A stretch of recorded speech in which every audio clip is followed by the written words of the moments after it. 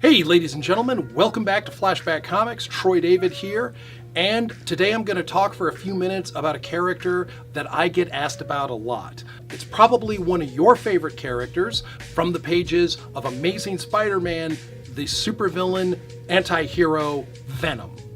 Well, Venom's origins are very, very different from the character that you might actually be more familiar with, and they begin in the pages of Secret Wars. Marvel Superhero Secret Wars from 1984 gave us the black alien costume. It was a new suit for Spider-Man, and you'd think that that would be important enough. We're going to change the iconic red and blue webs in the underarm suit to this black goo that slimes over Spider-Man, gives him an endless supply of web shooters, can alter its texture. Wow, what's this all about? Well, as we learn in the pages of Spider-Man, Amazing Spider-Man, Spectacular Spider-Man, Web of Spider-Man, Marvel Team Up, this alien costume is not actually a costume. It's a living creature. It's a symbiote, and it is slowly bonding with Peter Parker. Peter wears the suit as Spider-Man, but when he goes to bed at night, the costume creeps its way onto him while he sleeps and web slings him around the city, reveling in the joy of movement.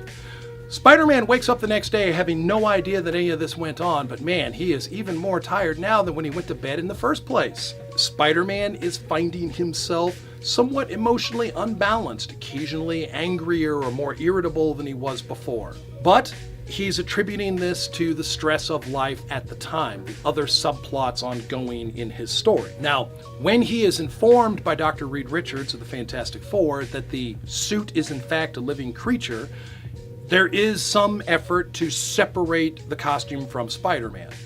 The costume escapes its confines at the Baxter Building. Thank you very much, Fantastic Four 268, Mask of Doom. The costume finds its way back to Spider-Man. There is a climactic battle, and it culminates in the tower of a church where the ringing church bells set up sonic vibrations that threaten the suit's life. They also, however, threaten Peter's life, and the suit, in a moment of contrition, rescues Spider-Man and melts away, seemingly gone forever. It's not gone forever. That suit finds its way to the emotionally distraught Eddie Brock. Now, this is in the pages of Amazing Spider-Man, and Todd McFarlane has taken over the book at this point, and so he has taken the character Eddie Brock, who has set up a series of photographs to sell to the Daily Bugle that are not, in fact, actually accurate. He's faking his news, and he is fired, and he blames Spider-Man for this. It's his fault that these bad things happened to me. And the suit finds Eddie Brock at this moment of emotional vulnerability, and the suit and Eddie Brock bond together. What we get out of this is the huge, muscular, fanged Venom. This creature does not look sleek and heroic and cool like Spider-Man did. It looks terrifying and monstrous in its aspect. And one of the people that this suit terrorizes is, in fact, Mary Jane. It is shortly after this that Mary Jane convinces Peter to not wear a replica of the black costume anymore and get that thing out of their lives. Bear in mind, at this point in time, Peter Parker and Mary Jane were happily married. They hadn't been married long, but they were happily married.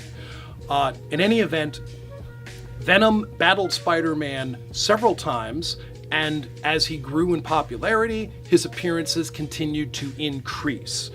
Eventually, Venom would spawn off, if you will, pardon the Todd McFarlane pun, but a piece of the symbiote would be broken free and would bond with Cletus Kasady, serial killer, deranged serial killer Cletus Kasady, and that melding of symbiote and Cletus would form Carnage. Now we have two symbiotic villains, as if one wasn't bad enough. So that's part one for the origins of the black costume into the character Venom. Join me next time when we pick up from Carnage and every piece of weirdness that brings.